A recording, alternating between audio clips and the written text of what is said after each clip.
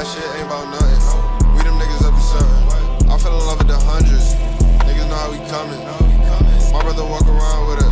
That nigga dumping. What's good, YouTube? It's your boy Lil Poes, and I'm back with another one. In today's video, we will have the top 10 fighters that need to be added into UFC 5 Part 2. If y'all check out my Part 1 video I made, you will see that they have added 4 fighters from that list into UFC 4, including Islam Makhachev, Kai Kara-France, Belal Muhammad, and Magomed Ankalaev.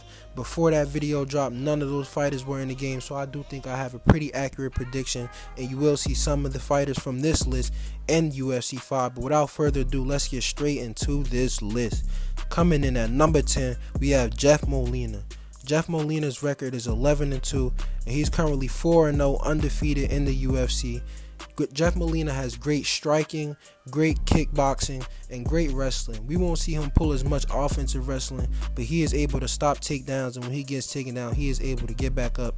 So he's a well-rounded flyweight fighter that they can add to the division. Put him in UFC 5. At number 9, we have Talia Santos. Talia Santos' record is 19-2. She just came off a very close, controversial loss to Valentina Shevchenko in a title fight. And in my humble opinion, when you are fighting for a title in a company and the champion is in the game and you're not in the game, it doesn't make any sense. She just fought for the belt and gave Valentina Shevchenko arguably her hardest matchup in the UFC so far. Let's get her in UFC 5. At number 8, we have Michel Pariera. Michel Pariera's record is 28-11, and he's currently the number 14th ranked welterweight right now. He's a very unorthodox style fighter. We will see him throw random things like Superman punches, crazy kicks, backflip kicks to downed opponents. Like, he does very unorthodox things, and that style would be very highly appreciated in UFC 5. Let's get him in the game. At number 7, we have Jalen Turner. Jalen Turner's record is 12-5, with 9 of those wins coming by way of knockout. He's a 6'3" lightweight, which would give him a huge height and reach advantage over most of his opponents in the lightweight division. He's currently unranked, but like Jeff Molina, I do see him receiving a ranking later on this year if he keeps fighting the way he's fighting. And who wouldn't want to use a 6'3" lightweight with fight-stopping power? At number 6, we have Paul Craig. Paul Craig's record is 16-4-1, and he's currently the number 8th ranked light heavyweight right now. He has 13 submission victories, and all of his 16 wins are finishes. He will be a great addition to the light heavyweight division who doesn't have much submission threats or ground threats. He's a jiu-jitsu fighter, and we don't see many jiu-jitsu fighters in the light heavyweight division currently on UFC 4, so he will be a great addition to UFC 5. Let's get him in the game. At number 5, we have Alexander Romanov.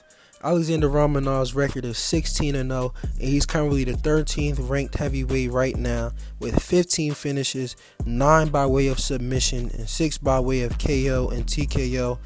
In my opinion, we don't have many ground threats in UFC 4 in the heavyweight division other than John Jones and Daniel Cormier. Alexander Romanov is an absolute takedown machine, and once he gets you on the ground, there chances are you are not getting back up.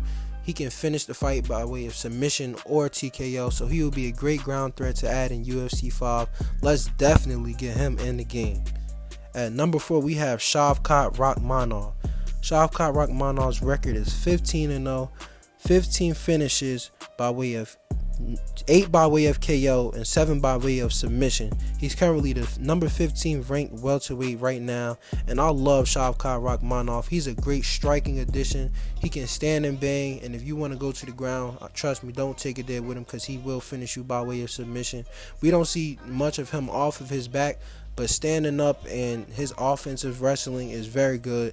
Let's get him in UFC 5. He'll be a great addition. At number 3, we have Marlon Vera. Marlon Vera's record is 19-7. He's currently the number 5 ranked bantamweight right now with wins over Sean O'Malley, Rob Font, and Frankie Edgar, who are all in the game. And in my opinion, if he beat all of those 3 people and he's main eventing fights, why isn't he in the game? You know, it just doesn't make much sense. I'm sure we all know who Marlon Vera is by now, and I'm sure we all want to use him in the game. So EA, let's do it, man. Let's put Marlon Vera in the game. At number 2, we have Alex Pariera. Alex Pariera's record is 5-1, with 4 KOs, and he's a 6'4" kickboxer with fighting and power. He's about to fight Sean Strickland on pay-per-view July 2nd, and we all know him because he knocked out Izzy twice. So he would be a great addition to the middleweight division because he can finish fights on the feet with flashy style. We seen him get the flying knee KO, double knee KO. He can kickbox, he can punch. Let's get him in the game, man. It would be a great addition. Fight stopping power. Get him in the game. At number 1, finally, last but not least, we have Fedor Emelianenko. I'm sorry if I slander his name, but we all know who he is, the Pride GOAT. He wasn't in UFC much, but I wanted to put a legend on his list, just like how we see some legends in UFC 4. His all-time record was 40-6. He has 31 finishes, 15 by way of KO, 15 or 16 by way of submission. He's a balanced heavyweight that can strike and wrestle. And like I said before with the Alexander Romanov, we don't see many ground threats in the heavyweight division. It's not well balanced. And Emelianenko has knockout power. He can sub you. He can knock you out. It don't matter. He can do it. He can strike and wrestle. So let's get him into UFC 5. And this was my list. I hope y'all enjoyed it. If y'all think there was somebody else I should have added to this list, and maybe I can add it in part 3. But if y'all enjoyed, make sure y'all leave a like and comment, subscribe. I appreciate it all. And until the next one, Lil Poes out, man. Peace.